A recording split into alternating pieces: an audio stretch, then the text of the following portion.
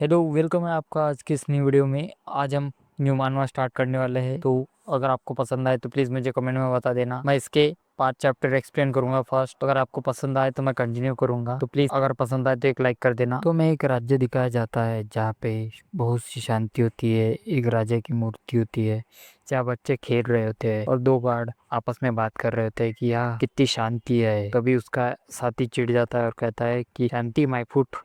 मुझे तो ऐसा लगता है कि वो रिबेलियन कभी भी आ सकते हैं, इसलिए ये शांति कब भंग हो जाएंगी पता नहीं है। तभी उसके साथी कहते हैं रिबेलियन अब वो शांत हो गए, लगता है अपने हमारे महाराज से वो डर चुके हैं और अब वो कुछ करने के लायक नहीं बचे हैं। तभी उसका साथी कहते कोई कुछ कहा नहीं जा सकता, कब वो क्या कर दे। तो मुझे तो ऐसा लगता है कि हमें सतर्क ही रहना चाहिए। तभी हमें दिखाया जाता है अंडरग्राउंड का सीन जहाँ पे वही रिबेलियन जो प्लान बना रहे होते हैं कि हम अपने राजा को मार देंगे और उसका थ्रोन हटा लेंगे। और वो बोलते हैं कि ये राजा को मारने का सही टाइम है, हम उसे मारकर इस किंगडम को उससे आज़ाद करेंगे। और तभी उसके साथी दिखाए जाते हैं और तभी वो एक बंदे को कहता है कि तुम्हारा इसमें एक अहम रोल है, तो तुम्हें इसे पार करना पड़ेगा। तभी अपने मेन कैरेक्टर को दिखाया जाता है जिसका नाम होता है लोगन।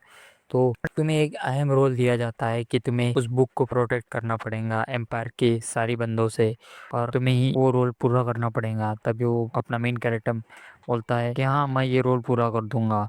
और वो मीटिंग खत्म हो जाती है और वो बाहर आ जाते हैं। तभी तभी उसके पीछे वो बंदा आता है और कहता है कि तुम पागल हो चुके हो जो कह रहे हो कि उस बुक को प्रोटेक्ट करोगे। तुम्हें पता है ना उस बुक को पूरा एम्पायर उसे खत्म करने के पीछे लग चुका है।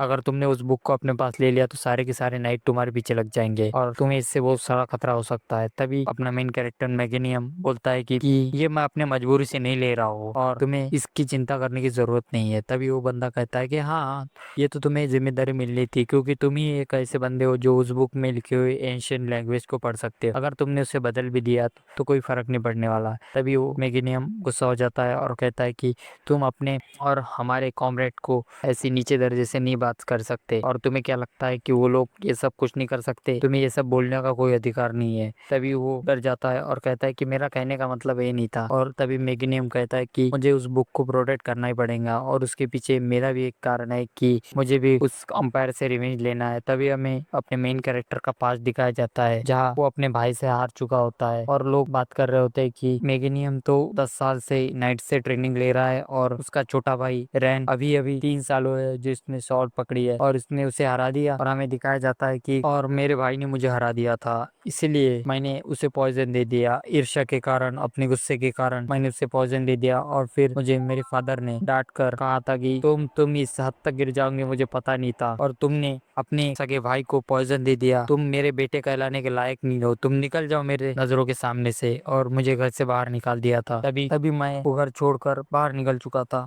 और फिर मैं जब फैमिली से अलग हो गया तब मैं एक मर्सनरी बन गया और मिशन करने लगा। और जब मैं 10 सालों तक मिशन कर रहा था तब मुझे रियलाइज हुआ कि मैं कितना कमीना था और मैंने क्या किया है। तो मैं अपनी फैमिली से माफी मांगने वापस आ गया था, लेकिन तब तक बहुत देर हो चुकी थी, मेरे कैसर को आग लग चुकी थी और मुझे तभी पता नहीं चला कि ये क्यों हुआ था। तो मैं इधर उधर उसका आंसर ढूंढने के लिए भटक रहा था। तभी तो लोगों की बातचीत मैंने सुनी और मुझे पता चला आज बीच चौराहे पर एक बंदे को एग्जीक्यूट करने वाले है। तभी उसका नाम सुनाई देता है रॉन। तभी वो कहता है कि मेरे भाई को आज एग्जीक्यूट करने वाले हैं। तभी वो दौड़ के उधर जाता है उसे बचाने के लिए और वो कहता है कि रॉन तुम्हें मरना नहीं है, मुझे तुम्हें सॉरी कहना है और मुझे तुमसे बात भी करनी है, मुझे बहुत सी बातें तुम्हें बतानी है। तभी वो उसकी तरफ दौड़ता है लेकिन वो देर देर से वहां पहुंचता है। उसे एक नाइट ने उसकी गर्दन पकड़ के अलग कर दी कर उसे एग्जीक्यूट कर दिया गया रहता है। और उसके गर्दन को पकड़ के नाइट कहता है कि यही अंजाम होगा अगर तुम किंग के खिलाफ जाओगे। और फिर अपना रॉन गुस्से में रोने लगता है और फिर वो पास्ट लाइफ की मेमोरी खत्म हो जाती है और प्रेजेंट में आ जाते हैं। तभी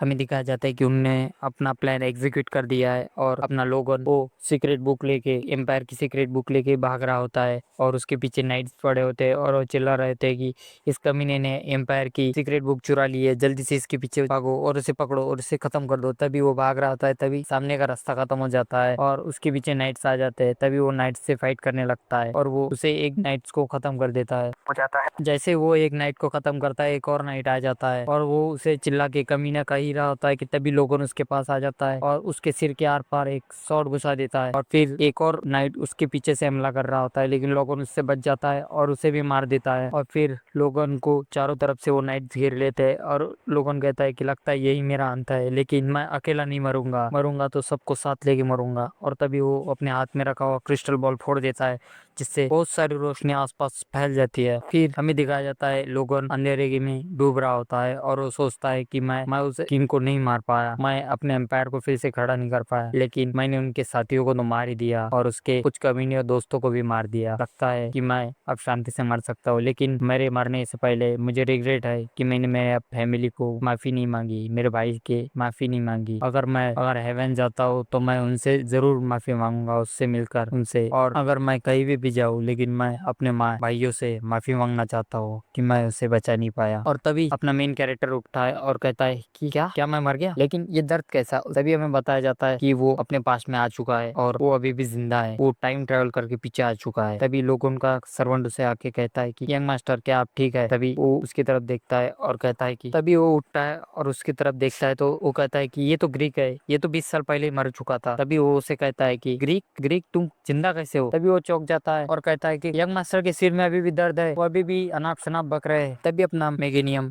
बाहर देखता है और वहाँ पे नाइट्स ट्रेनिंग कर रहे होते हैं और उनको शेड पे ऊपर उन लोगों देखता है और वो कहता है ये तो मेरे एम्पायर का है, ये तो मेरे किंगडम का है। तभी दरवाजे से उसका छोटा भाई रॉन अंदर आता है और वो डरा हुआ अपने भाई से कहता है क्या भाई तुम ठीक हो। तभी वो उसकी तरफ देखता है और कहता है ये तो रॉनी की आवाज है। तभी वो उसकी तरफ देखता है तो वो घबराते हुए कांप रहा होता है और अपने भाई से पूछ रहा होता है क्या तुम ठीक हो। तभी उसे उसकी पास्ट की मेमोरी याद आती है कि मैंने पिछली बार जब ये मुझे मिलने आया था तो मैंने इसके ऊपर तकिया फेंक कर कहा था कि तुम एक रखेल के बेटे हो और तुम यहाँ से निकल जाओ, मैं तुमसे बात नहीं करना चाहता। लेकिन वो तब भी मेरे पीछे पीछे आया करता था और मेरे को फॉलो करता था, लेकिन जब मैंने उसे पॉइजन दिया तब से वो मुझे मिलने नहीं आया। और फिर वो रोनी से कहता है कि इधर आओ, लेकिन सरवण कह रहा होता है कि मास्टर की तबीयत ठीक नहीं है तो आपको फिर बाद में आना चाहिए, आपको उसको तकलीफ नहीं देना चाहिए। तभी उसके सिर में दर्द होती है और वो रोनी को वहां से भेज रहा होता है, लेकिन तभी अपना मेन कैरेक्टर उसे अपनी तरफ बुलाता है और उसे कहता है कि इधर आओ। तभी रोनी उसके बाद जाता है तो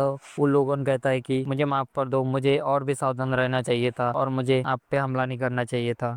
लेकिन वो रोनी उससे माफी मांग रहा होता है कि मुझे और सतर्क रहना चाहिए था, मुझे तुम पे हमला नहीं करना चाहिए था। लेकिन अपना लोगन उसे माफी मांगता है और कहता है कि इतना काइंड इंसान जो इतना दिल से साफ है, इसको अपने किंगडम के खिलाफ लड़ना पड़ा और उसमें अपनी जान देनी पड़ी, मैं इसके माफी के काबिल नहीं हूँ। और उससे गले लगा लेता है और उससे माफी मांग रहा होता है और रोने लगता है। तभी लोगन परेशान हो जाता है और उससे कहता है कि आप क्या कर रहे हैं, आप ठीक है ना। तभी उसके सिर में दर्द होता है, लेकिन वो उसे गले लगान देता है और उससे माफी मांग रहा होता है। तभी रोनी फिर वहां से चला जाता है और कहता है कि लोगन मैं तुमसे फिर से मिलने आऊंगा। और वो लोगन उसे कहता है ठीक है तुम यहाँ से चले जाओ। तभी लोगन खिड़की के बाहर देखता है और कहता है कि अगर ये सपना नहीं है और मैं मेरे पास में आ गया हो तो मैं वो सब बदल दूंगा जो होने वाला है और मैं अपनी फैमिली को फिर से प्रोटेक्ट करूंगा। तभी उसे आवाज दिया जाता है पीछे से यंग मास्टर। तभी वो अपने सर्वेंट को देखता है, वो उससे माफी मांग रही होती है कि मैंने आपके आराम करने के समय पर अंदर आ चुकी हूँ और वो घबराने लगती है। तभी अपना लोगन कहता है कोई बात नहीं और वो अपने मन ही मन में कहता है कि मैं मेरे सर्वेंट के साथ बहुत ही रूड था, शायद से मैं अपनी गलतियों से सीख नहीं सकता। और तभी वो उसे कहता है कोई बात नहीं तुम यहाँ से चले जाओ। लेकिन उसका जो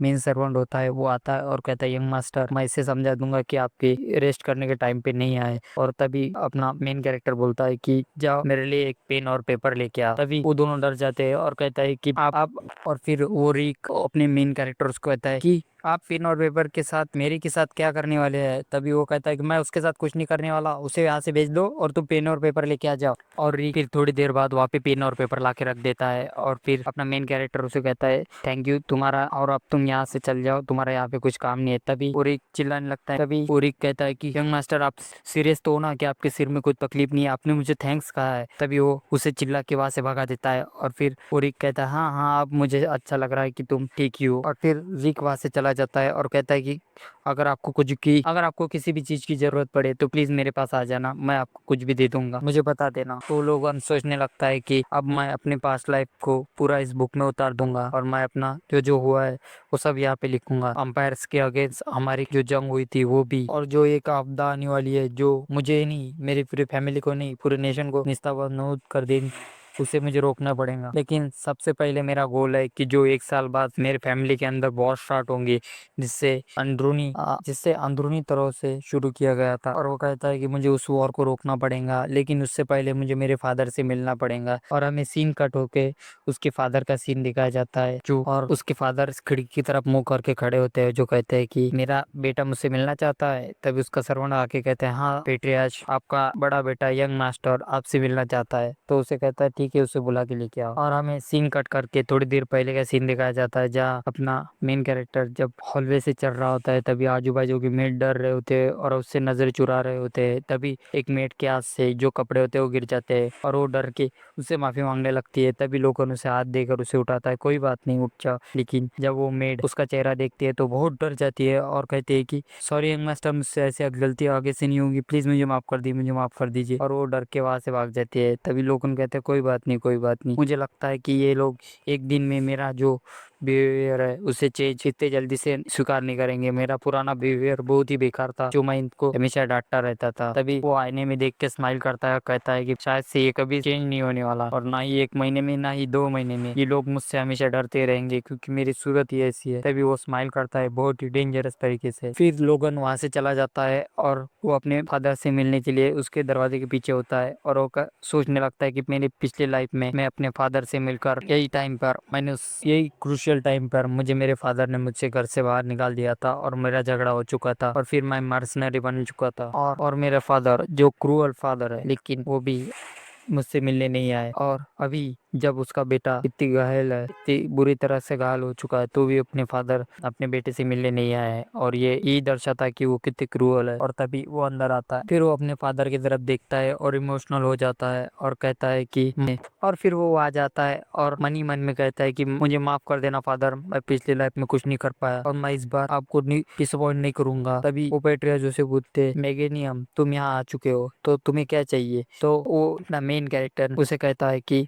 मैं आइसोलेट ट्रेनिंग में जाना चाहता हूँ। तो तभी लोगन कहता है कि सॉरी यार, मैं उसका नाम गलत ले रहा हूँ, तो प्लीज मुझे माफ कर देना। इसके बाद मैं उसका नाम नहीं लूंगा, मैं उसको डायरेक्ट मेन कैरेक्टर ही बुलाऊंगा। तो अगर आप यहाँ तक आ चुके हैं वीडियो के तो प्लीज एक लाइक कर देना, और नए हो तो प्लीज चैनल को सब्सक्राइब कर देना। तो चलो वीडियो को आगे बढ़ाते हैं। और अपना मेन कैरेक्टर कहता है कि एक वॉर को जीतने के लिए क्या चाहिए? एक वॉर जीतने के लिए सबसे जरूरी है अपने नाइट्स को पावरफुल बनाना और उसमें नए भर्ती करना और वेपन को बढ़ाना, और ये सब करने के लिए चाहिए पैसा, जो मेरी फैमिली बहुत ही करीब है। हालांकि हम बैरन है, लेकिन हमारे पास कुछ भी पैसा नहीं है। हमारी मैक्सिम फैमिली किंगडम की लोएस्ट रैंक पे आती है, इसलिए हमारे पास कुछ पैसा नहीं है। लेकिन एक साथ सब कुछ पैसा कमाया जा सकता है। 3 महीने बाद, सॉरी एक साल बाद एक इंसिडेंट होने वाला है जिसमें मैं 1 साल का पैसा एकदम से कमा सकता हूँ, तो मुझे उसके लिए प्रिपरेशन करना पड़ेगा। और फिर वो अपने फादर से सुनता है। उसके फादर कहते हैं क्या क्या तुम भाग रहे हो क्योंकि तुम अपने छोटे भाई से हार चुके हो? तो लोगन कहते हैं नहीं,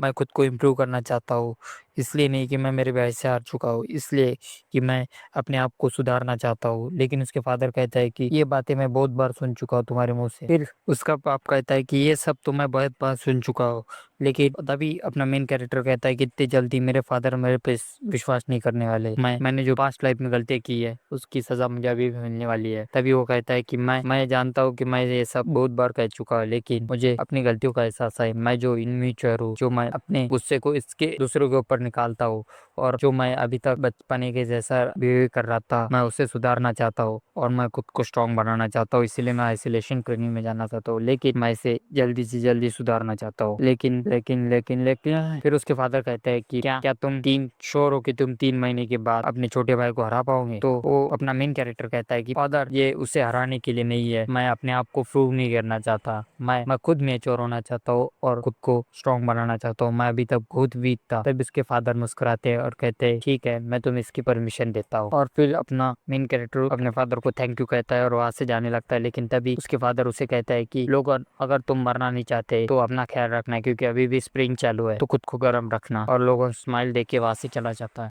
फिर अपना मेन कैरेक्टर वहां से चला जाता है और वो एक सीक्रेट जगह पे आता है जो कहता है कि ये हमारी फैमिली की सीक्रेट जगह है, यहाँ पे कोई आ जा नहीं सकता हो। और फिर वो ऊपर देखता है एक लंबे से बड़े से पेड़ को और वो कहता है कि यहाँ मैं स्पेशली ट्रेनिंग कर सकता हूँ। और वो फिर अपने बैग से एक बुक निकालता है और वो कहता है ये सीक्रेट टेक्निक मैं किसी के सामने भी ट्रेनिंग नहीं कर सकता इसकी, और मैं किसी को बता भी नहीं सकता। और फिर वो बुक निकालता है और कहता है कि डिवाइन सीक्रेट बुक, वो पिछली लाइफ में मैंने उसे पूरा याद कर लिया था और फिर उस बुक को जला दिया था। इस बार मैंने इसमें इसको लिख लिया है और अब मैं इसकी ट्रेनिंग करूंगा। और फिर वो बताता है कि ये वही सीक्रेट बुक है जिसे मैं लेके दौड़ रहा था और इसे प्रोटेक्ट कर रहा था, क्योंकि ये मैं एम्पायर के हाथ में नहीं लगने दे सकता था। और इसमें ये जो बुक है ये हमारे एंशियंट टाइम में जो हीरो था उसने लिखने शॉर्ट टेक्निक्स है जो मैं अभी एक्सप्लेन करने वाला हूँ। और इसमें ऐसे भी शॉर्ट टेक्निक्स है जिससे तुम सीख लो तो तुम एक इविल ड्रैगन को भी हरा सकते हो। तो मैं अब इसकी प्रैक्टिस करने वाला हूँ।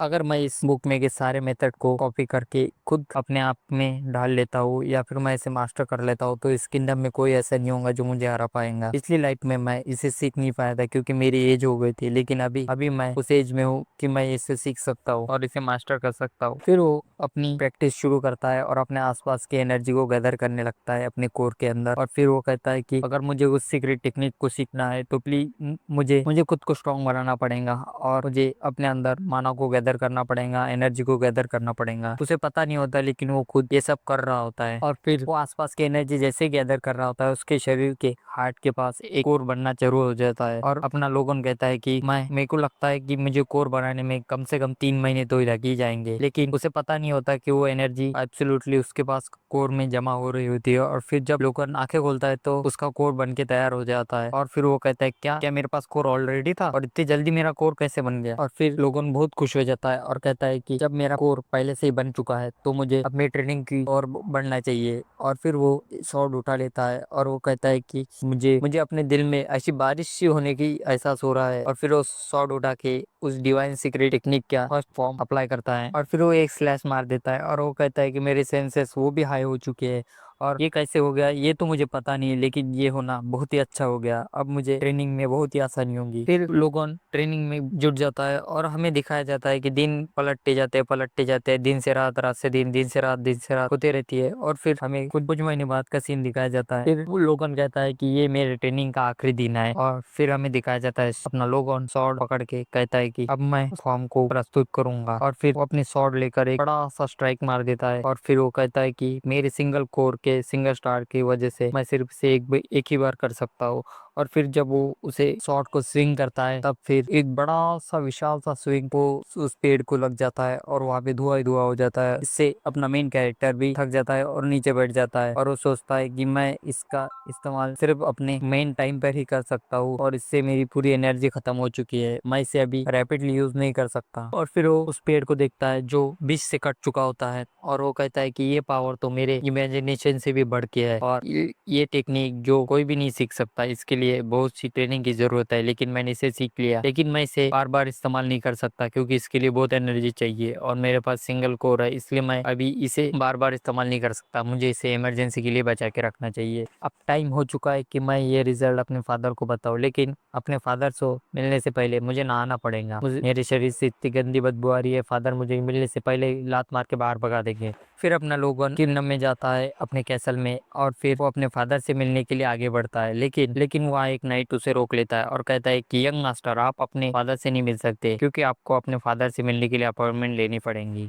फिर वो लोगन कहता है कि ये कौन सा रूल है। और तब फिर रिक पीछे से आके कहता है कि यंग मास्टर ये रूल बहुत पुराना है जो दिन ब दिन अब बंद होते जा रहा है, इसकी वजह से इसे कोई याद नहीं रखता। और फिर लोगन कहता है कि कुछ महीने पहले तो मैं मेरे फादर से मिला था। तभी वो गार्ड कहता है कि शायद से जब वो गार्ड ड्यूटी पे था दूसरा तो उसने अपना काम ईमानदारी से नहीं किया था, लेकिन अभी अभी अपने लॉ के हिसाब से आप अपने पेट्रियट से नहीं मिल सकते, आपको उसके लिए अपॉइंटमेंट लगेगी। तभी अपनी लोगन को कुछ सुनाई देता है और जैसे वो अंदर से आवाज सुनता है तभी लोगन कहता है शायद से मेरी ट्रेनिंग की वजह से मेरे सेंसेस बहुत हाई हो चुके हैं। और फिर वो अंदर से से गार्ड्स की बातचीत सुनता है और कहता है कि वो गार्ड कह रहे होते हैं कि ये साला गार्ड बहुत ही हरामी है, जो यंग मास्टर होने के बाद भी उसे भी अंदर नहीं जाने दे रहा है। लगता है कि जब से यंग मास्टर अपने छोटे भाई से आ रहे हैं उसकी रेपुटेशन बहुत गिर चुकी है। तभी तभी लोगन कहता है शायद से मेरे आइसोलेशन ट्रेनिंग के टाइम पर मेरी रेपुटेशन बहुत ही गिर चुकी है और मुझे इन्हें सबक सिखाना ही पड़ेगा। फिर वो नाइट कहता है कि आपको शायद से ये रूल पता नहीं होगा, लेकिन आपको नेक्स्ट टाइम से ये याद रखना चाहिए और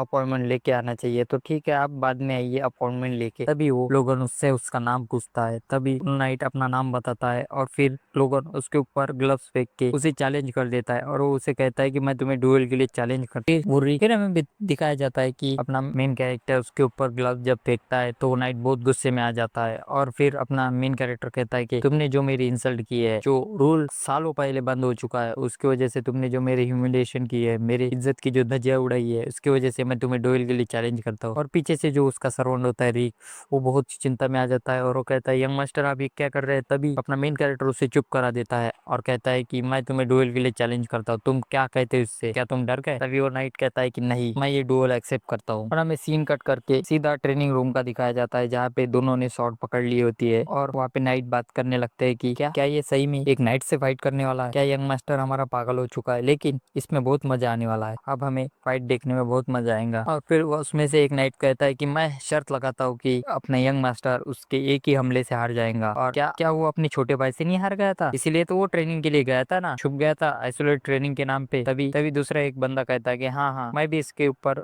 एक बेट लगाता हूँ 50 गोल्ड की कि वो भी एक ही बार में हार जाएगा। मैं बेट लगाता हूँ 50 गोल्ड की कि वो 5 मिनट भी नहीं टिकेगा। और फिर दूसरा नाइट कहता है 50 गोल्ड, मैं 100 गोल्ड की बेट लगाता हूँ कि वो 2 मिनट भी नहीं टिकेगा। फिर अपना मेन कैरेक्टर कहता है कि तुम्हारी तुम्हारी ये बातें मैं सब सुन सकता हूँ और तुम्हें क्या लगता है कि मैं इसके सामने टिक नहीं सकता, मैं इसे हरा नहीं सकता। मैं ये तुम्हारी गलत फहमी है, मैं इसे जल्द ही खत्म कर दूंगा और मैं इसे ऐसा सबक सिखाऊंगा कि सारे के सारे नाइट इसे याद रखेंगे। ओहो। फिर वो नाइट कहता है कि यंग मास्टर आप तो बहुत रिलैक्स लग रहे हैं, शायद से आपको पता नहीं कि फाइट क्या होती है, तो आप प्लीज केयरफुल रहना और अपने आप को ज्यादा इंजर्ड मत कर लेना। तो अपना मेन कैरेक्टर दे, ओहो तो तुम्हें लगता है कि तुम मेरी केयर कर रहे हो, इससे मैं तुम्हें बख्श दूंगा, ये कभी नहीं होने वाला और तुम ऐसा दिखा रहे हो कि तुम्हें मेरी चिंता है। और फिर हमें रिक दिखाया जाता है जो कहता है कि क्या यंग मास्टर ने सही में उनसे फाइट करने का डिसाइड कर लिया है, मेरी तो सांसें ही रुक चुकी है, अब मुझे लगता है कि मैं मरने वाला हूँ। फिर वहाँ रेफरी आ जाता है और वो कहता है कि डुअल आप दोनों के बीच में होने वाला है, तो मैं सेफ्टी के ध्यान देने के लिए मैं आपको गुजारिश करता हूँ कि आप रियल शॉट का छोड़कर एक लकड़ी की शॉट का यूज करें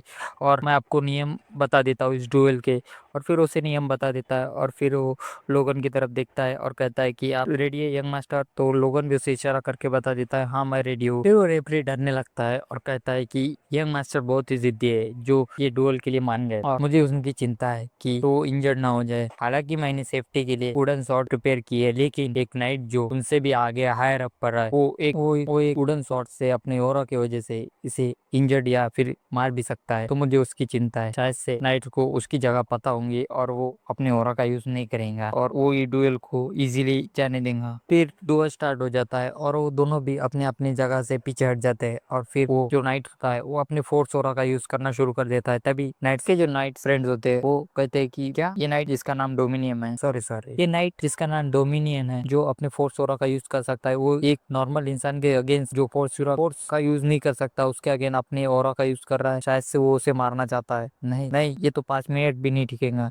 लगता है कि ये जल्दी खत्म होने वाला है। तभी रिक घबराने लगता है और कहता है क्या क्या वो नाइट्स अपने फोर्स का यूज कर रहा है, शायद से अब मेरे लॉर्ड वो नहीं बचने वाले। तभी उसका जो रेफरी होता है वो भी घबराने लगता है और कहता है क्या ये अभी से डोमिनियन अपने फोर्स ओरा का यूज कर रहा है, शायद से इसे पता नहीं कि एक नॉर्मल इंसान के अगेंस्ट फोर्स ओरा यूज करना बहुत ही घातक हो सकता है। फिर अपने मेन कैरेक्टर को दिखाया जाता है जो सोचता है कि ये अपनी शुरुआत में ही अपना बेच देने वाला है, लेकिन ये अपने फोर्स ओरा का यूज कर रहा है, लेकिन इसके फोर्स ओरा में कुछ तो गलत है, ये अपने फोर्स ओरा को कंट्रोल नहीं कर सकता है, ये वो अपने फोर्स को कंट्रोल करने में बहुत ही अनाड़ी है। तो गाइस यहाँ पे ओरा और फोर्स ओरा दो अलग अलग शब्द होने के कारण मैं इसे सिर्फ ओरा ही करूंगा, तो आप प्लीज एडजस्ट कर लेना। तो वो अपने ओरा को कंट्रोल नहीं कर सकता, इसलिए अपना मेन कैरेक्टर कहता है कि मुझे इसे सिखाना पड़ेगा कि कैसे ओरा को कंट्रोल करते हैं। तभी अपना मेन कैरेक्टर वो डोमिनियन से कहता है कि क्या तुम किस बात से परेशान हो, तुम तो बहुत मेहनत कर रहे हो। तभी वो नाइट बहुत गुस्से में आ जाता है और कहता है कि तभी वो नाइट अपने मन ही मन में कहता है पास्ट के बारे में बताता है हमें कि वो 40 साल का हो चुका था और वो अपने जो साथी नाइट है उनको कभी तरह तकलीफ नहीं देता था।